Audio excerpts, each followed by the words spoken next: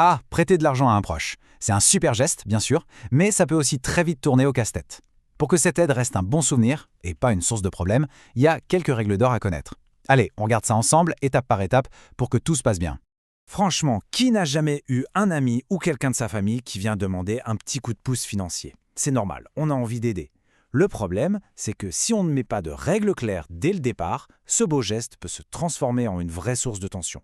Le plus grand risque, en fait, c'est tout ce qui n'est pas dit. Alors, voilà comment on va décortiquer tout ça. D'abord, on va voir pourquoi il y a un risque. Ensuite, on parlera de l'importance capitale de laisser une trace écrite. On verra aussi les différents types de documents possibles, l'option du notaire pour une sécurité maximale, et on terminera avec une étape qu'on oublie souvent mais qui est obligatoire, la déclaration aux impôts. On pourrait se dire que prêter à sa famille, c'est bien plus simple qu'un prêt à la banque, non? Pas de paperasse, pas de questions. Mais en réalité, c'est une illusion. C'est justement cette absence de cadre qui crée le danger. Du coup, formaliser l'accord, ce n'est pas du tout un signe de méfiance. Au contraire, c'est une façon de se protéger mutuellement. Et c'est là que le bon vieux dicton prend tout son sens.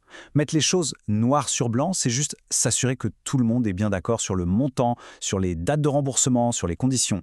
C'est un geste de clarté, de respect, qui permet de préserver la relation quoi qu'il arrive. Bon, entrons dans le vif du sujet. L'étape numéro 1, la plus importante, c'est le document écrit. C'est vraiment la base pour sécuriser le prêt. Et attention, ce n'est pas juste un conseil. Passer un certain montant, ça devient une obligation pure et simple aux yeux de la loi. Là-dessus, la loi est formelle. Pour une petite somme, d'accord, une poignée de main, ça peut passer, même si ce n'est pas l'idéal. Mais dès que le montant devient un peu plus sérieux, la parole, ça ne vaut plus rien devant la justice. Et voilà le chiffre à graver dans sa mémoire. 1 500 €. Pour n'importe quel prêt qui dépasse cette somme, il n'y a qu'un document écrit qui peut prouver qu'il a bien existé. Sans ce papier, si l'emprunteur arrête de rembourser, eh bien, ce sera presque impossible de récupérer son argent devant un tribunal. Ok, alors, concrètement, on met quoi dans ce fameux document?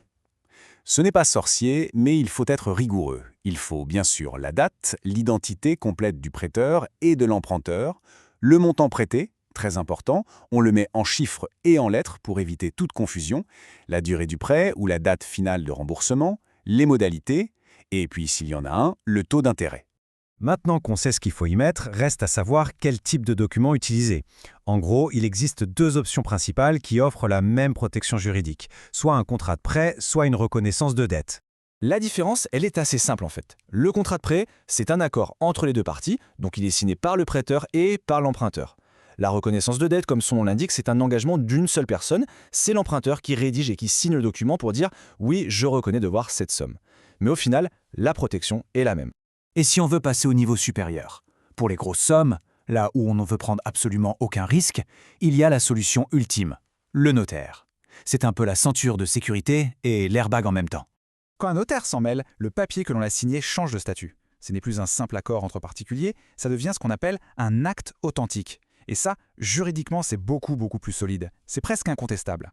Le vrai super pouvoir de l'acte du notaire, c'est ce qu'on appelle la copie exécutoire. Ça a l'air un peu technique, mais c'est très simple. Si l'emprunteur ne paye pas besoin de lancer une longue procédure au tribunal. Le prêteur peut aller voir directement un huissier de justice avec ce document pour forcer le remboursement. C'est un gain de temps et d'énergie absolument énorme.